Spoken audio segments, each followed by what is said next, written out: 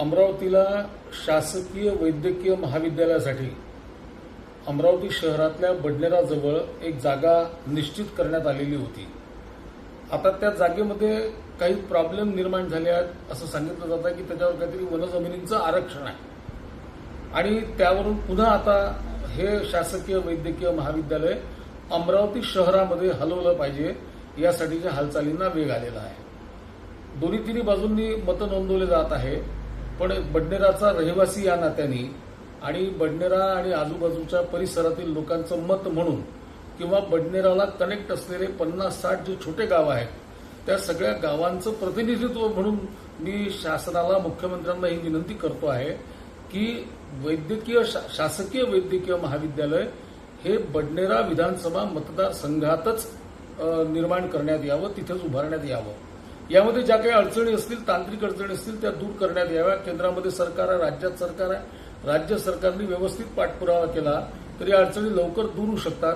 त्यामुळे आता पुन्हा नवीन जागा शोधण्यापेक्षा बडनेरा मतदारसंघातच हे शासकीय वैद्यकीय महाविद्यालय उभं केलं गेलं पाहिजे। एक तर सगळ्यात पहिले महत्वाची गोष्ट ही आहे की जी जागा निश्चित झाली आहे त्या जागेला एक एक्सप्रेस हायवे त्याच्या लगत आहे, एक छोटा बायपास जो जुना बायपास ज्याला म्हणतात तो देखील तिथून जवळ आहे, सगळे अप्रोचेस चांगले आहेत आणि अगदी सहजतेने सगळे लोक तिथे पोहोचू शकतील अशी ती जागा आहे।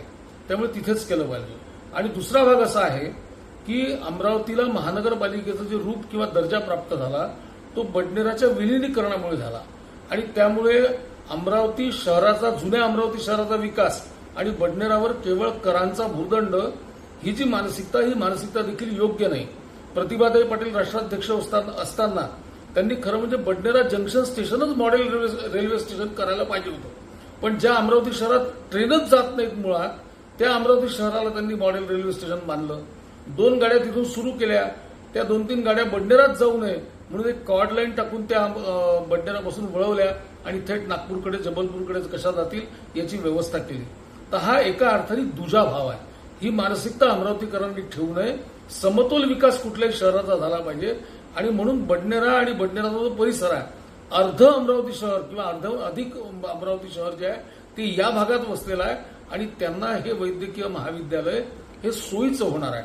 आणि म्हणून माझी मुख्यमंत्र्यांना, माननीय देवेंद्रजींना विनंती आहे की त्यांनी हे बडनेरा विधानसभा मतदारसंघातच हे महाविद्यालय उभारावं, जेणेकरून ते सगळ्यांच्या सोयीचं राहील आणि बडनेरावर, आपल्यावर जो वारंवार अन्याय होतो ही जी भावना बडनेरा आणि इकडल्या परिसरामध्ये निर्माण होते ती भावना देखील त्यांची दूर होईल।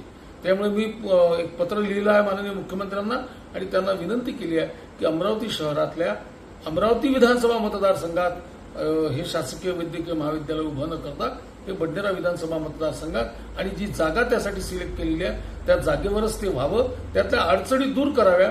नवीन जागा अधिग्रहणाला जेवढा वेळ लागेल तेवढीच जागा तेवढ्याच काळामध्ये ही जागा देखील अधिग्रहित केली जाऊ शकते।